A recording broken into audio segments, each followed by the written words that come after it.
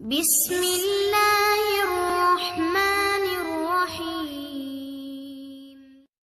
إن الذين يشترون بعهد الله وإيمانهم ثمنا قليلا أولئك لا خلاق لهم في الآخرة ولا يكلمهم الله ولا ينظر إليهم يوم القيامة ولا يزكيهم ولهم عذاب أليم। সম্মানিত দিনী ভাইরা, আজকে যে বিষয়টি নিয়ে আমরা আলোচনা করব তা হলো বিগত আলোচনার সাথে সম্পৃক্ত। বিগত আলোচনায় আমরা আলোচনা করেছিলাম যে 4টি কারণে ব্যবসা বাণিজ্য হারাম হয়। আজকেও আরো অতিরিক্ত 4টি কারণ রয়েছে যে কারণে ব্যবসা বাণিজ্য হারাম হয়। সেই 4টি কারণ সম্পর্কে ইনশাআল্লাহ আলোচনা করব। প্রথম কারণ হলো ব্যবসাতে যদি ধোঁকাবাজি থাকে তাহলে সেই ব্যবসা হারাম হিসেবে গণ্য হয়। 2 নম্বর কারণ হলো যে এই ব্যবসা হারাম হওয়ার পিছনে অন্যতম একটা কারণ হলো যদি মিথ্যা শপথ যুক্ত হয় তাহলে ব্যবসাটা হারাম হয়। এরপর ব্যবসা হারাম হওয়ার অন্যতম আরেকটি কারণ হলো যদি এই ব্যবসার সাথে সুদ যুক্ত হয় তাহলে সেই ব্যবসাটাও হারাম বলে গণ্য হয়। চতুর্থ কারণ, যেই ব্যবসার সাথে অন্যের ক্ষতি সাধন যুক্ত হবে সেই ব্যবসাটাও হারাম বলে গণ্য হবে। প্রথম যে কারণ ধোঁকাবাজি, যদি ব্যবসাতে ধোঁকা থাকে তাহলে সেই ব্যবসাটা হারাম হবে। রাসূলুল্লাহ সাল্লাল্লাহু আলাইহি ওয়াসাল্লাম এই মর্মে বলেছেন, আবু হুরায়রা রাদিয়াল্লাহু আনহু থেকে বর্ণিত, তিনি বলেন, নাহান নাবিয়্যু সাল্লাল্লাহু আলাইহি ওয়াসাল্লাম আন বাইইল হাসা ওয়া আন বাইইল গরার। রাসূল সাল্লাল্লাহু আলাইহি ওয়াসাল্লাম আমাদেরকে হাসা তথা কঙ্কর নিক্ষেপ করার মাধ্যমে পণ্য ক্রয় বিক্রয় করতে নিষেধ করেছেন এবং ওয়ান বাইইল গরার এবং ধোঁকাবাজির ব্যবসা থেকে আমাদেরকে নিষেধ করেছেন। বাইউল হাসাদ তথা কঙ্কর নিক্ষেপ করা বলতে জাহিলি যুগে এই সিস্টেম চালু ছিল যে তারা পণ্য রাখা থাকতো এবং তাদের মধ্য থেকে কেউ কঙ্কর নিক্ষেপ করত। ওই কঙ্করটা যেই পণ্যের উপর পড়বে সেই পণ্যটা আপনাকে ক্রয় করতে হবে। মূল্য আগে থেকে নির্ধারণ থাকতো, যেই পণ্যগুলোর মূল্য 1000 টাকা, যেই পণ্যের উপরই আপনার এই কঙ্করটা পড়বে আপনাকে 1000 টাকা দিতে হবে এবং ওই পণ্যটা আপনাকে নিতে হবে। এই পণ্যের মূল্য হতে পারে 500 টাকাও না, কিন্তু আপনাকে নিতে হবে। তো এই ব্যবসা যেটা চালু ছিল জাহিলি যুগে, রাসূল সাল্লাল্লাহু আলাইহি ওয়াসাল্লাম নিষেধ করেছেন, কারণ এখানে ধোঁকাবাজি হয়। যে ব্যক্তি কঙ্কর নিক্ষেপ করবে সেই ব্যক্তি লসের সম্মুখীন হবে, যেহেতু এই পণ্যের মূল্য আসলে যেটা নির্ধারণ করা হয়েছে সেটা না, অথবা এই পণ্যের মূল্য এর চেয়ে বেশি হতে পারে। যেই আপনার কঙ্করটা যেই পণ্যের উপর পড়বে সেই পণ্যের মূল্য এর চেয়ে বেশি হতে পারে। সুতরাং এই ক্ষেত্রে বিক্রেতা তিনি লসের সম্মুখীন হবেন, ক্ষতিগ্রস্ত হবেন। এই কারণে ইসলামে এটাকে নিষেধ করা হয়েছে। এরপর তাদের মধ্যে এরকম প্রচলন ছিল যে পাথরটা যে যত দূর নিক্ষেপ করতে পারবে তত দূর পর্যন্ত জমি আমি তোমার কাছে বিক্রি করলাম, এইভাবেও তারা বিক্রি করত। তো এটা রাসূল সাল্লাল্লাহু আলাইহি ওয়াসাল্লাম নিষেধ করেছেন, কারণ যে ব্যক্তি প্রশিক্ষণ প্রাপ্ত সে যদি পাথর নিক্ষেপ করে তারটা অনেক দূরে যাবে, কিন্তু যে প্রশিক্ষণ প্রাপ্ত না সে পাথর নিক্ষেপ করলে সে তার পাথরটা কাছেই পড়বে। এর ফলে এই ব্যক্তি ক্ষতিগ্রস্তের সম্মুখীন হবে, ধোঁকাগ্রস্ত হবে। সুতরাং এই কারণে ইসলামে এই পাথর নিক্ষেপ করার মাধ্যমে ক্রয় বিক্রয়কে হারাম করা হয়েছে। দ্বিতীয় অংশে আবু হুরায়রা রাদিয়াল্লাহু আনহু বললেন যে রাসূল সাল্লাল্লাহু আলাইহি ওয়াসাল্লাম আমাদেরকে আন বাইইল গরার, ধোঁকাবাজির ব্যবসা থেকে আমাদেরকে নিষেধ করেছেন। তো ধোঁকাবাজি বিভিন্ন ভাবে হয়। আমাদের দেশে ধোঁকাবাজির কোনো পরিসীমা নাই এবং বিশেষ করে আমাদের দেশের যে সকল যুবক সমাজ রয়েছে তাদেরকে যে বিষয়টা সম্পর্কে সতর্ক করতে চাই তা হলো, আমাদের দেশের যে সকল MLM কোম্পানির ব্যবসা আছে, MLM কোম্পানি অনলাইনের মাধ্যমে যে সকল ব্যবসার কথা বলে এবং তারা মানুষের কাছ থেকে মানুষকে ইনভেস্ট করতে বলে, এদের মধ্যে অন্যতম ডিস্টিনি, র্যাবনেক্স এই জাতীয় যে সকল কোম্পানি রয়েছে, বর্তমানে এই সকল কোম্পানি তারা কিন্তু ব্যবসার কথা বলে। তারা কোনো সময় বলে না যে ব্যাংকে যেভাবে সুদ দেয় আমি অনুরূপভাবে আপনি আমাকে টাকা দিলে আমি সুদ দেব। তারা ব্যবসার কথা বলে, গাছ লাগানোর কথা বলে, বিভিন্ন চকলেটের ব্যবসা আছে, সাবানের ব্যবসা আছে, বিভিন্ন কোম্পানি আছে, নানান কথা বলে আপনাদের কাছ থেকে টাকা নেয় এবং বলে যে দ্বিগুণ লাভ দেব, অথবা দ্বিগুণ না হোক দ্বিগুণের কিছু কম আপনাদেরকে লাভ দেব, এই বলে আপনাদের মানুষের কাছ থেকে কাস্টমার জমায় এবং তারা টাকা নেয়। টাকা নেওয়ার পর তারা কি করে, এইগুলি কোম্পানির স্থায়িত্ব হলো 6 মাস থেকে 1 বছর। ভালোভাবে খেয়াল করবেন, 6 মাস থেকে 1 বছর এদের স্থায়িত্ব। এই 6 মাস 1 বছর প্রথম 2-3 মাস মানুষ ইনভেস্ট করবে, এরা হয়তো দ্বিগুণ লাভ পেতে শুরু করবে। এরপর যখন ফেমাস হয়ে যাবে, প্রসিদ্ধ হয়ে যাবে, অনেক মানুষ ইনভেস্ট করবে, তারা এই সেক্টরটা বন্ধ করে দেয়। এ লগিং বি লগিং এরকম সিস্টেম করে যে এখন এ লগিং এ সমস্যা হচ্ছে, এই জায়গায় যারা ইনভেস্ট করেছিল তাদের টাকা তাদের টাকা সম্পূর্ণ লসের সম্মুখীন, তাদের টাকা তারা আর ফেরত পাবে না। আপনারা যদি আবার নতুন করে ব্যবসা করতে চান তখন বি লগিং এ আপনারা ইনভেস্ট করেন। বি লগিং এ যাবেন, বি লগিং আবার মানুষ জড়ো করবেন, বি লগিং এ ইনভেস্ট করবেন, বি লগিং কিছুদিন পর আবার বন্ধ হবে। এইভাবে তারা মানুষকে নিয়ে খেলা করছে, আর অর্থ বিনা লসের সম্মুখীন হওয়ার আশায় মানুষগুলি এদেরকে বিশ্বাস করে টাকা দেয়, এরপর তারা ক্ষতিগ্রস্তের সম্মুখীন হয়। সুতরাং এই জাতীয় MLM কোম্পানি এরা সম্পূর্ণ ধোঁকাবাজ, এরা সম্পূর্ণ মানুষদেরকে ব্যবসার কথা বলে মানুষের অর্থ সরাসরি তারা আত্মসাৎ করে, এবং এরা হচ্ছে ডাকাত, লাইসেন্স প্রাপ্ত ডাকাত। সুতরাং এই সকল ব্যক্তিদের সাথে ব্যবসা বাণিজ্যে আপনারা কখনোই ইনভেস্ট করবেন না। আপনাকে তারা কিভাবে, এটা যদি আপনি একটু চিন্তা ভাবনা করেন যে কিভাবে তারা আমাকে দ্বিগুণ লাভ দেবে, কিসের ভিত্তিতে, তার সেই ব্যবসা প্রতিষ্ঠিত ব্যবসা থাকলেও সে কেন আপনাকে লাভ দেবে? এটার উদ্দেশ্যই হলো আপনাকে ধোঁকাগ্রস্ত করা, ধোঁকা দেওয়া। 2-3 মাস দেওয়ার পর আপনার টাকাটা সম্পূর্ণ কি করে দেবে, তারা ক্লোজ করে নেবে। এটাই হলো তাদের মূল উদ্দেশ্য, এবং এটাই ঘটেছে। অসংখ্য মানুষ ধোঁকাগ্রস্ত হয়েছে এবং নতুন করে তারা মাথাচাড়া দিয়েছে। বিগত বছরগুলিতেও এমন হয়েছে।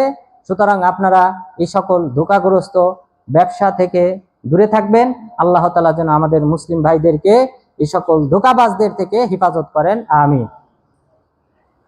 তাহলে এই হাদিসে রাসূল সাল্লাল্লাহু আলাইহি ওয়াসাল্লাম পাথরের মাধ্যমে জাহেলি যুগে যে ব্যবসার প্রচলন ছিল, ধোঁকাগ্রস্ত হওয়ার আশঙ্কা ছিল, সেই ব্যবসাকে হারাম করেছেন।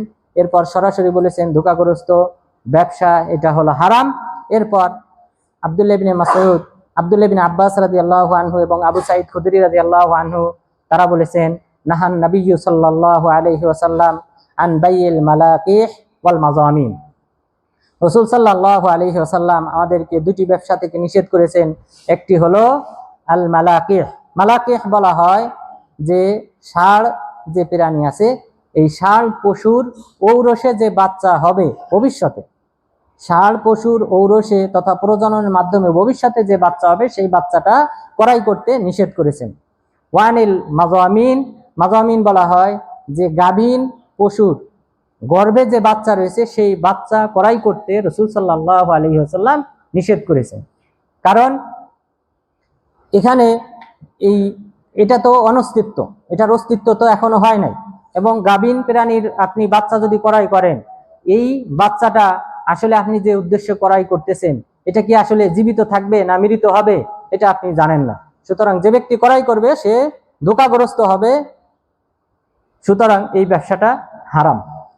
এখন প্রশ্ন হলো প্রথম অংশ নিয়ে, গাভীন গর্ভে থাকা অবস্থায়, এটা আমরা সবাই জানি, এটা বিক্রয় বাংলাদেশেও হয়।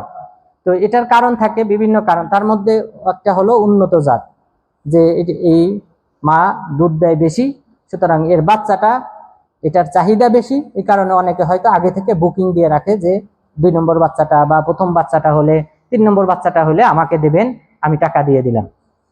তো এটা নিষিদ্ধ। এরপর ষাঁড়ের যে ঔরসে যে বাচ্চা রয়েছে তথা প্রজনন করলে ভবিষ্যতে যে বাচ্চা হবে, এটাও মানুষ উন্নত জাত হিসেবে হয়তো এই বুকিংটা দিতে পারে। তো এই উভয়টার ক্ষেত্রেই ধোঁকাগ্রস্ত হওয়ার আশঙ্কা রয়েছে, ভোক্তারা ধোঁকাগ্রস্ত হবে। এই কারণে ইসলামে এটাকেও নিষেধ করা হয়েছে। এরপর আরো 2টি ব্যবসার কথা রাসূল সাল্লাল্লাহু আলাইহি ওয়াসাল্লাম এই ধোঁকাগ্রস্ত কারণে হারাম করেছেন।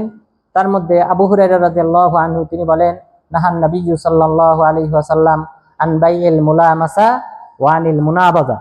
রাসূল সাল্লাল্লাহু আলাইহি ওয়াসাল্লাম মুলামাসা এবং মুনাবাযা ব্যবসা সম্পর্কে আমাদেরকে নিষেধ করেছেন, এই ব্যবসা বাণিজ্য করতে নিষেধ করেছেন।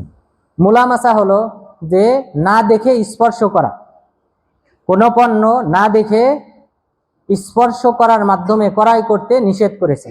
অর্থাৎ কোনো একটা কার্টুনে পণ্য রাখা আছে, যা আপনি দেখবেন না, আপনার চোখ বাঁধা থাকবে, আপনি ওই কার্টুনে হাত দেবেন, যেই পণ্যটা আপনার হাতে স্পর্শ করবে সেই পণ্যটা আপনাকে নিতে হবে এবং মূল্য নির্ধারণ থাকবে।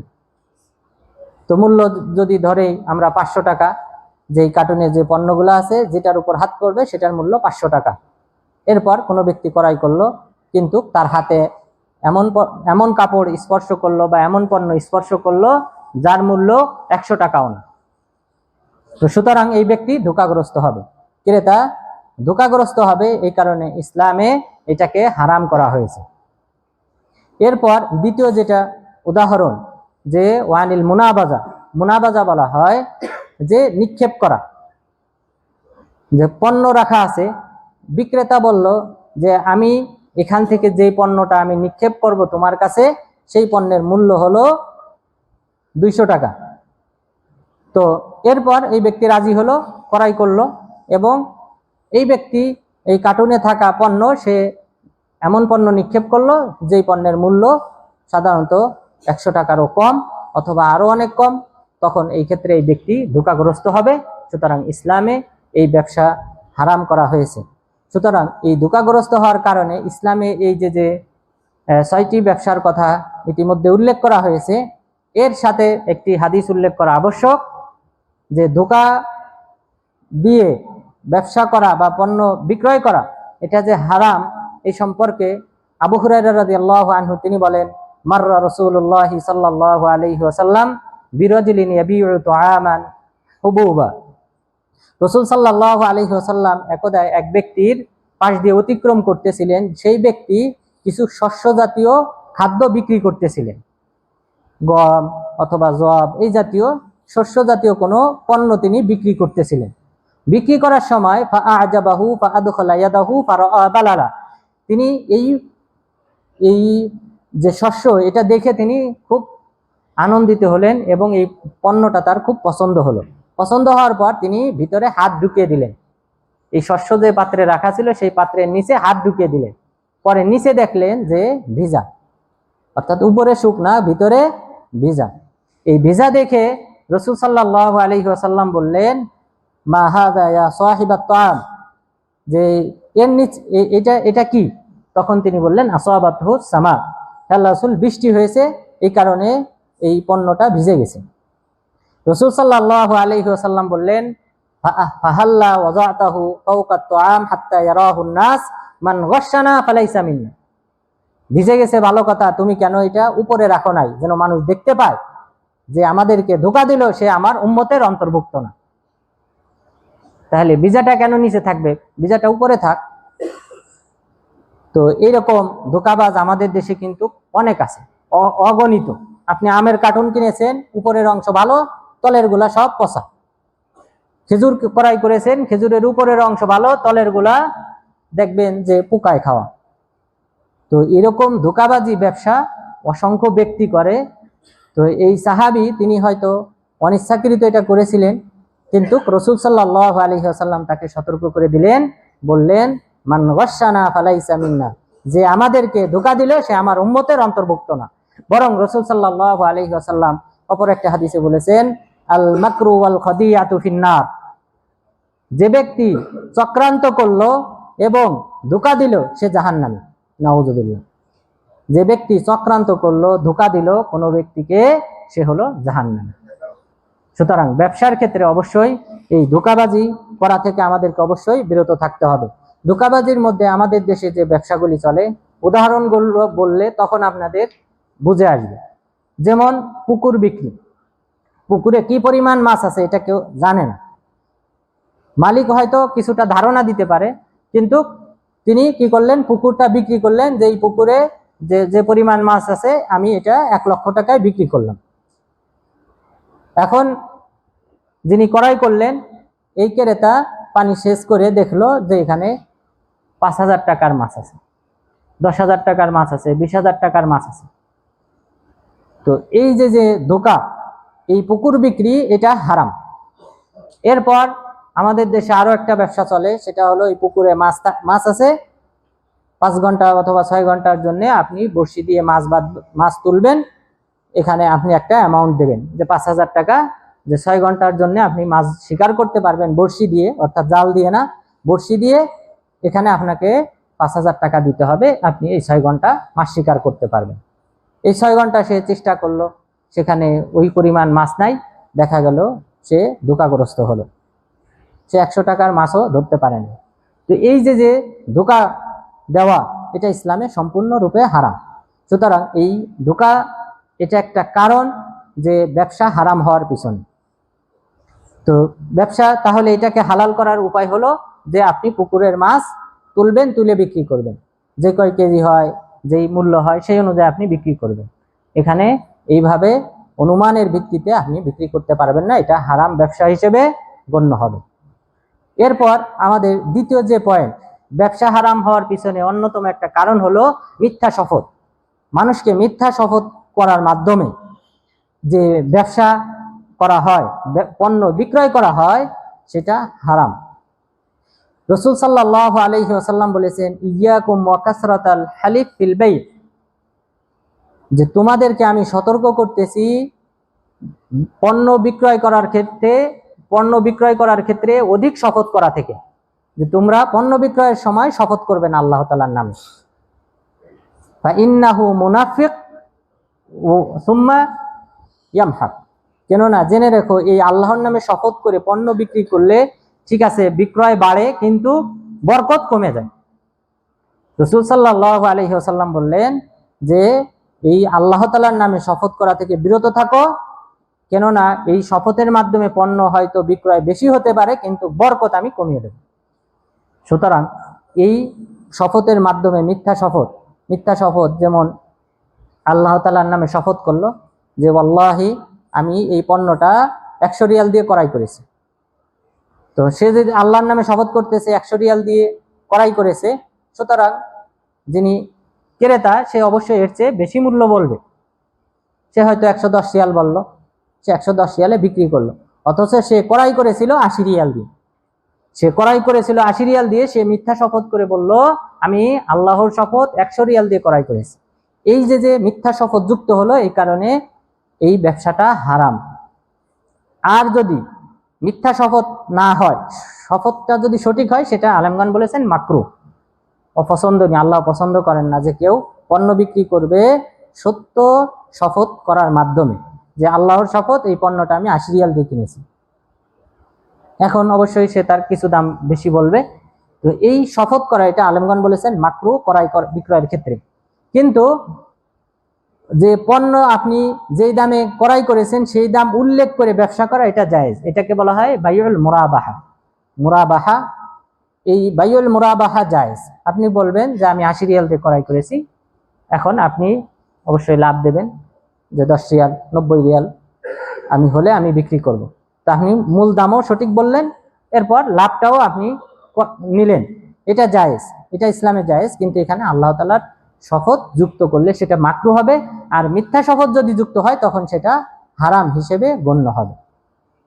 এবং রাসূল সাল্লাল্লাহু আলাইহি ওয়াসাল্লাম বলেছেন, সালাসাতুন লা ইউকাল্লিমুহুমুল্লাহু ইয়াউমাল কিয়ামা ওয়া লা ইউযাক্কিহিম ওয়া লাহুম আযাবুন আলীম। 3 শ্রেণীর মানুষ রয়েছে, সেই 3 শ্রেণীর মানুষের সাথে আল্লাহ তাআলা কিয়ামত দিবসে কথা বলবেন না, তাদের দিকে ফিরে তাকাবেন না, এবং তাদেরকে পবিত্র করবেন না, তাদের পাপ ক্ষমা করবেন না। আবু যার রাদিয়াল্লাহু আনহু তিনি বললেন, খাবু ওয়া খাসিরু মান হুম ইয়া রাসূলুল্লাহ, হে আল্লাহর রাসূল এই সকল ব্যক্তিরা ক্ষতিগ্রস্ত হলো, ধ্বংস হলো, তারা কারা? রাসূল সাল্লাল্লাহু আলাইহি ওয়াসাল্লাম 3 বার বললেন যে সকল ব্যক্তিদের দিকে আল্লাহ তাআলা ফিরে তাকাবেন না এবং এদেরকে ক্ষমা করবেন না, পবিত্র করবেন না। তখন 3 নম্বর বলার পর তারপর তিনি বললেন যে আল মুসবিল ওয়াল মান্নান ওয়াল মুনাফিকু সিলআতাহু বিল হালিফিল কাযিব।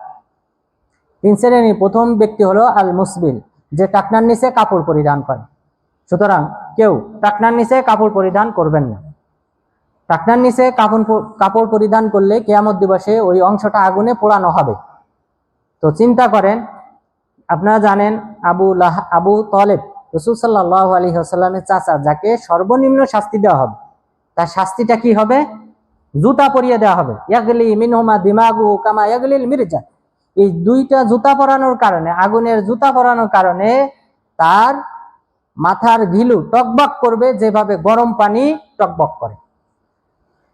তাহলে চিন্তা করেন, এর চেয়ে বেশি শাস্তি হবে যে তার ওই টাকনার নিচের অংশগুলো আগুনে পোড়ানো হবে, অর্থাৎ জুতা না, জুতার চেয়েও বেশি শাস্তি হবে এই ব্যক্তি।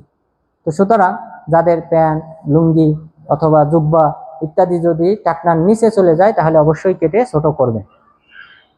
2 নাম্বার, রাসূল সাল্লাল্লাহু আলাইহি ওয়াসাল্লাম বললেন, আল মান্নান, যে ব্যক্তি খোঁটা দেয়, মানুষকে দান করে, দান করার পর সুযোগ বুঝে খোঁটা দেয় যে তুমি তো আমার অনুদানেই চলো, অমুক দিন এত টাকা দান করেছিলাম, আমার টাকা দিয়েই চলো, আবার আমার উপর দিয়ে কথা বলো। তো এই যে খোঁটা প্রদান করা, দান করা, অর্থাৎ আপনি এই দানটা আল্লাহ তাআলার সন্তুষ্টির উদ্দেশ্যে করেন না, এই ব্যক্তির দিকে আল্লাহ তাআলা কিয়ামত দিবসে ফিরে তাকাবেন না এবং তার সাথে কথা বলবেন না, তাকে তার পাপ ক্ষমা করবেন না।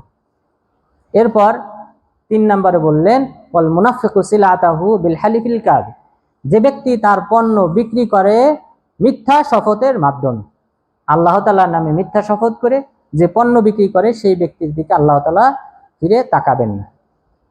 এরপর এই সম্পর্কে মহান রব্বুল আলামিন বলেছেন, ওয়াহফাযু আইমানাকুম, তোমরা তোমাদের শপথগুলিকে হিফাজত করো, তোমরা তোমাদের শপথগুলিকে সংরক্ষণ করো, অর্থাৎ অযথা অজায়গায় তোমরা শপথ করো না। এরপর মহান রব্বুল আলামিন বলেছেন, ওয়ালা তাজআলুল্লাহা উরযাতাল লিআইমানিকুম, তোমরা আল্লাহ তাআলাকে তোমাদের শপথের ঢাল হিসেবে ব্যবহার করো না, অজুহাত হিসেবে ব্যবহার করো না। সুতরাং এখানে আল্লাহ তাআলার নামে শপথ করে পণ্য বিক্রয় করা, এটা হারামের অন্তর্ভুক্ত হবে। আগের হাদিসের মতো সেম আয়াত আল্লাহ তাআলা অবতীর্ণ করেছেন, ইন্নাল্লাযীনা ইয়াশতারুনা বিআহদিল্লাহি ওয়া ঈমানিহিম তামানান ক্বালীলা উলাইকা লা খালাকা লাহুম ফিল আখিরাহ, যারা নিশ্চয় তাদের অঙ্গীকারকে এবং তাদের শপথকে যারা স্বল্প মূল্যে বিক্রয় করে দেয়, এই সকল ব্যক্তিদের কিয়ামত দিবসে কোনো অংশ থাকবে না। তো যারা স্বল্প মূল্যে নিজেদের শপথকে বিক্রয় করে দেয়, অর্থাৎ এটা তো স্বল্প মূল্যেই হলো যে আপনি সামান্য একটু লাভ করার জন্য আল্লাহ তাআলার নামে মিথ্যা শপথ করলেন। সুতরাং আল্লাহ তাআলার এই শপথকে আমাদেরকে শক্তভাবে হেফাজত করতে হবে, এটাকে কখনোই স্বল্প মূল্যে বিক্রয় করা যাবে না। এরপর আমাদের 3 নাম্বার যে পয়েন্ট ছিল, যে ক্রয় বিক্রয়ের যে অন্যতম একটা পয়েন্ট হলো যে হারাম হওয়ার, যে সেই বিক্রয়টা যদি হয় অন্যের ক্ষতি করার জন্য, তাহলে সেই ব্যবসাটা হারাম হবে। রাসূল সাল্লাল্লাহু আলাইহি ওয়াসাল্লাম বলেছেন, লা ইয়াবি বা'দুকুম আলা বাই'i বা'দ, যে তোমাদের কেউ যেন অপর মুসলিম ভাইয়ের বিক্রয়ের স্থলে বিক্রয় না করে, একজন অপর ব্যক্তির বিক্রয়ের স্থলে যেন বিক্রয় না করে।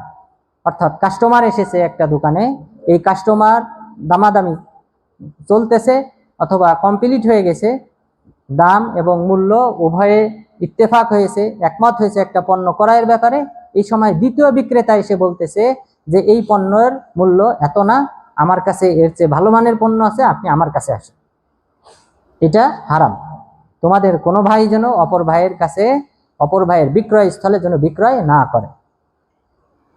এরপর রাসূল সাল্লাল্লাহু আলাইহি ওয়াসাল্লাম আরো বলেছেন, ওয়ালা ইয়াসুমু বা'দুকুম আলা সাওমি আখি, তোমাদের কেউ যেন অপর ভাইয়ের দামাদামির ক্ষেত্রে সে যেন দামাদামি না করে। আপনি দোকানে এসেছেন, দোকানে আসার পর দামাদামি করতেছেন যে এই পণ্যের মূল্য কত, এর মধ্যে অপর ব্যক্তি বেশি দাম বলে ক্রয় করে নিল, এটাও নিষেধ করা হয়েছে, হারাম করা হয়েছে।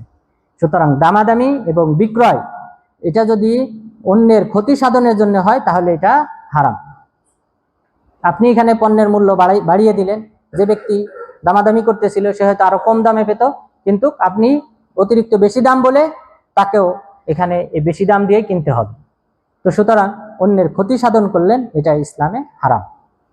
এছাড়াও রাসূল সাল্লাল্লাহু আলাইহি ওয়াসাল্লাম এই জাতীয় অনেক কথা বলেছেন, লা ইয়াখতুবু আহাদুকুম আলা খিতবাতি আখি, তোমাদের কোনো ভাই যেন অপর ভাইয়ের বিবাহের প্রস্তাবের ক্ষেত্রে যেন সে প্রস্তাব নিয়ে না যায়, যতক্ষণ পর্যন্ত না তারা এই প্রস্তাব থেকে আলাদা না হয়।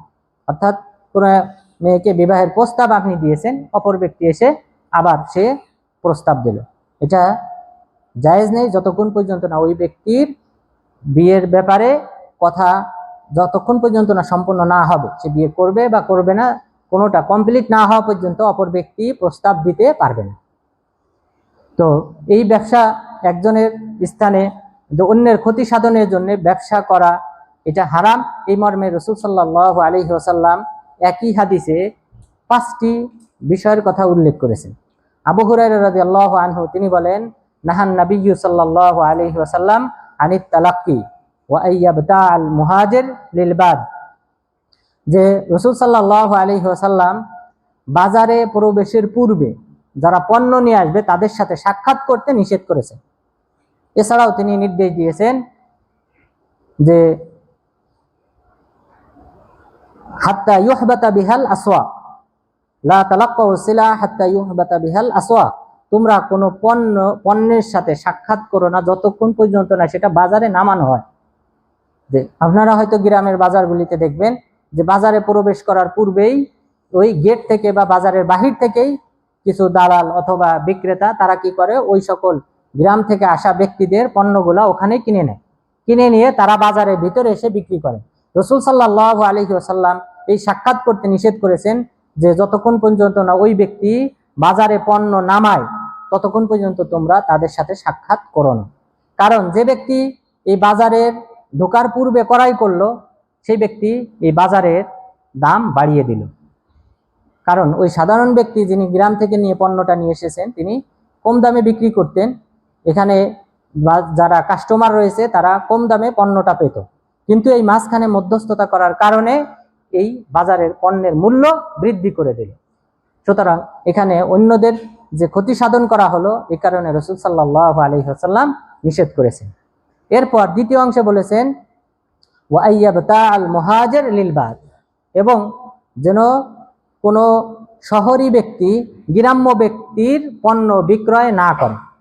শহরী ব্যক্তি যেন গ্রাম্য ব্যক্তির পণ্য বিক্রি না করে, অর্থাৎ যে দালাল হিসেবে যে গ্রাম থেকে পণ্য আসবে, ওই যে ব্যক্তি পণ্য নিয়ে আসবেন সেই ব্যক্তির শহরে কোনো লোক থাকবে, সে দালাল হিসেবে কাজ করবে এবং এইভাবে তার পণ্যটা শহরে এনে বিক্রি করে দিবে।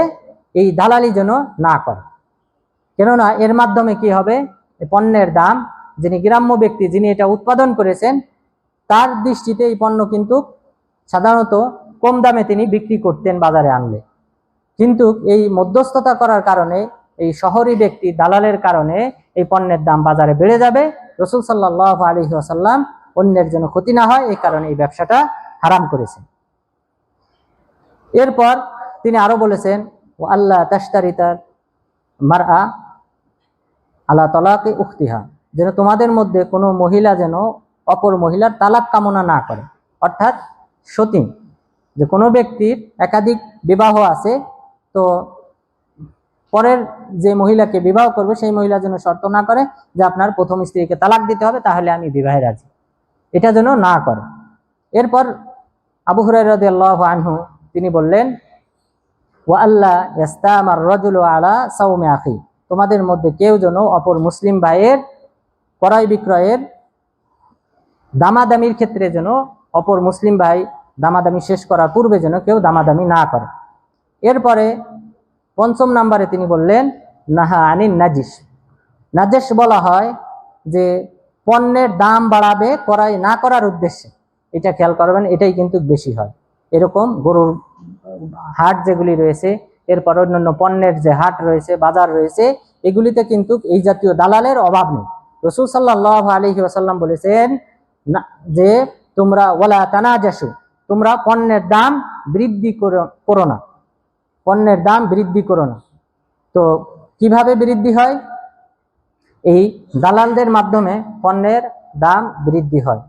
তারা পণ্য ক্রয় করবে না, কোনো এক কাস্টমার এসেছে, কাস্টমার আসার পর দাম করেছেন, দাম করার পর আরেকজন ব্যক্তি সে ক্রয় না করার উদ্দেশ্যে সে বেশি দাম বলে দিল, একটা গরুর দাম 1 লক্ষ টাকা, দালাল পাশ থেকে বলল যে আমি 1,20,000 দেবো, আমি 1,20,000 টাকা দেব, আপনি বিক্রি করেন, তখন এই ব্যক্তি তো ধোঁকাগ্রস্ত হবে।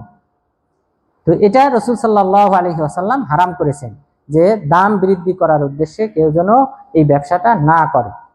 এবং এই নিষেধের অন্তর্ভুক্ত হবে আধুনিক যে সকল অ্যাডের মাধ্যমে ক্রয় বিক্রয় হয়। আপনারা দেখবেন টেলিভিশনে, ইউটিউবে, ফেসবুকে যে পণ্যের যে অ্যাড দেওয়া হয়, এই পণ্যের সেই গুণাগুণ নেই, কিন্তু ফেমাস ব্যক্তিদের মাধ্যমে তারা অ্যাড তৈরি করে এটা প্রচার করে বিক্রি করে।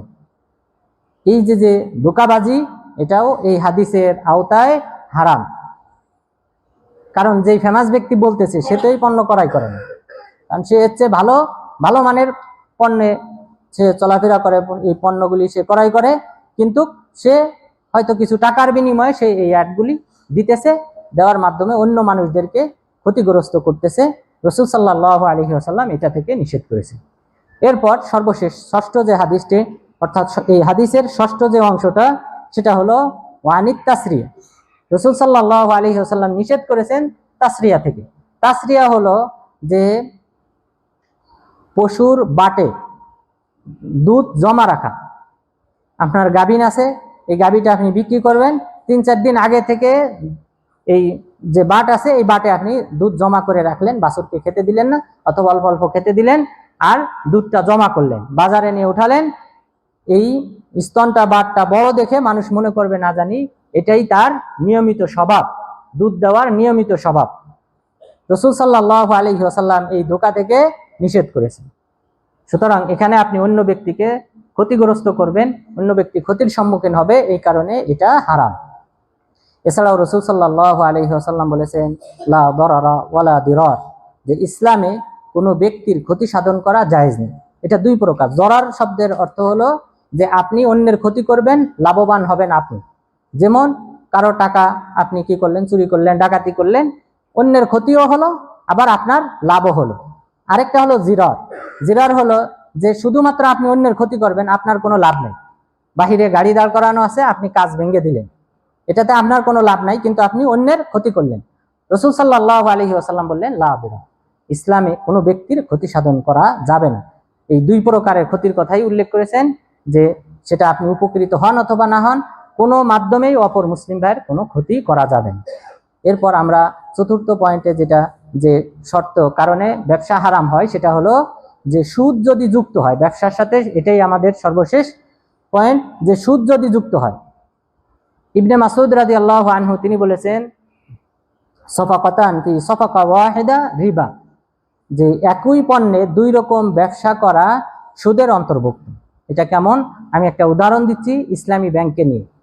অন্যান্য ব্যাংকের উদাহরণ দেব না, কারণ অন্যান্য ব্যাংক সরাসরি সুদের সাথে জড়িত। তারা কখনো বলে না আমরা ইসলামিকভাবে ব্যবসা করতেছি, আপনাকে লভ্যাংশ দেবো, তারা সরাসরি বলে আমরা সুদ দেবো। সুতরাং অন্য ব্যাংক তো এমনিতেই হারাম, কিন্তু ইসলামী ব্যাংকের একটা চালাকির কথা বলবো, যেটা সুদের অন্তর্ভুক্ত, এটা অবশ্যই আমাদেরকে বিরত থাকতে হবে। তারা ব্যবসার নামে সুদের কারবারি করে। সেটা হলো যে আপনার বিল্ডিং করা দরকার, টাকার দরকার, আপনি বিল্ডিং করবেন অথবা জমি কিনবেন, যেটা হোক, বিল্ডিং এর উদাহরণ দিই, আপনার বাড়ি করতে হবে। আপনি গেলেন ইসলামী ব্যাংকে, এখন আপনার টাকা, এখন যদি সরাসরি আপনাকে টাকা দেয় যে আপনার 20 লক্ষ টাকা লাগবে, 20 লক্ষ টাকাই দিয়ে দিলাম, আপনি আমাকে 25 লক্ষ টাকা রিটার্ন দেবেন 1 বছর বা 2 বছরের মধ্যে, তাহলে এটা তো সরাসরি সুদ হয়ে যাবে। ইসলামী ব্যাংক সেটা করে না। ইসলামী ব্যাংক ব্যবসার সিস্টেমে চলে আসে। তারা বলে যে আপনি, আপনার দরকার 25 লক্ষ টাকা, আপনার বিল্ডিং করতে রডের দাম এত টাকা, সিমেন্টের দাম এত টাকা, এরপর যারা বিল্ডিং তৈরি করবে তাদের মূল্য এত টাকা। এইভাবে তারা একটা অ্যামাউন্ট নির্ধারণ করে তারা আপনার 20 লক্ষ টাকা তারা বিল্ডিংটা তৈরি করবে, এমন একটা হিসাব বের করে বলে যে আমরা এই বিল্ডিংটা আপনার কাছে বিক্রি করলাম 25 লক্ষ টাকায়। এটা কিন্তু ওই অফিসে বসেই, ইসলাম ব্যাংকের অফিসে বসেই এইগুলা হচ্ছে, বিক্রি করা, এটা ওখানে হিসাব নিকাশের মাধ্যমে, এটার বাস্তবতা নাই। তখন আপনাকে কি করলো, তারা 20 লক্ষ টাকা দিয়ে দিল, আপনি পরবর্তীতে কিস্তি আকারে আপনি 25 লক্ষ টাকা পরিশোধ করবেন।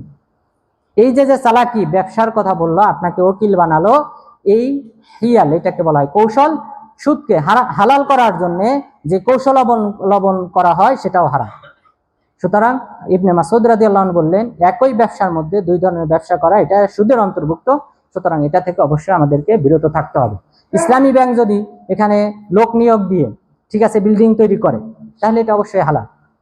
তারা বেশি দামে বিক্রি করলো, বেশি দাম হিসেবে এটা উনি কিস্তি আকারে পরিশোধ করবে, এটা হালাল হবে।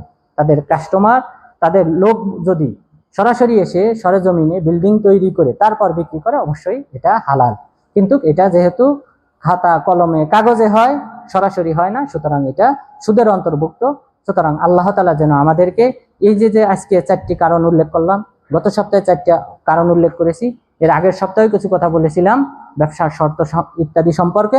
তা আল্লাহ তাআলা যেন আমাদের সবাইকে হালাল ব্যবসার মাধ্যমে, ইহকালীন জীবনযাপনের মাধ্যমে পরকালীন যে সুখ শান্তি রয়েছে, জান্নাত রয়েছে, আল্লাহ তাআলা সেই সুখ শান্তি এবং জান্নাত অর্জন করার তৌফিক দান করেন। আমিন। আকুলু কওলি হাযা ওয়াস্তাগফিরুল্লাহ লি ওয়া লাকুম ওয়া লিসাইরিল মুসলিমিন।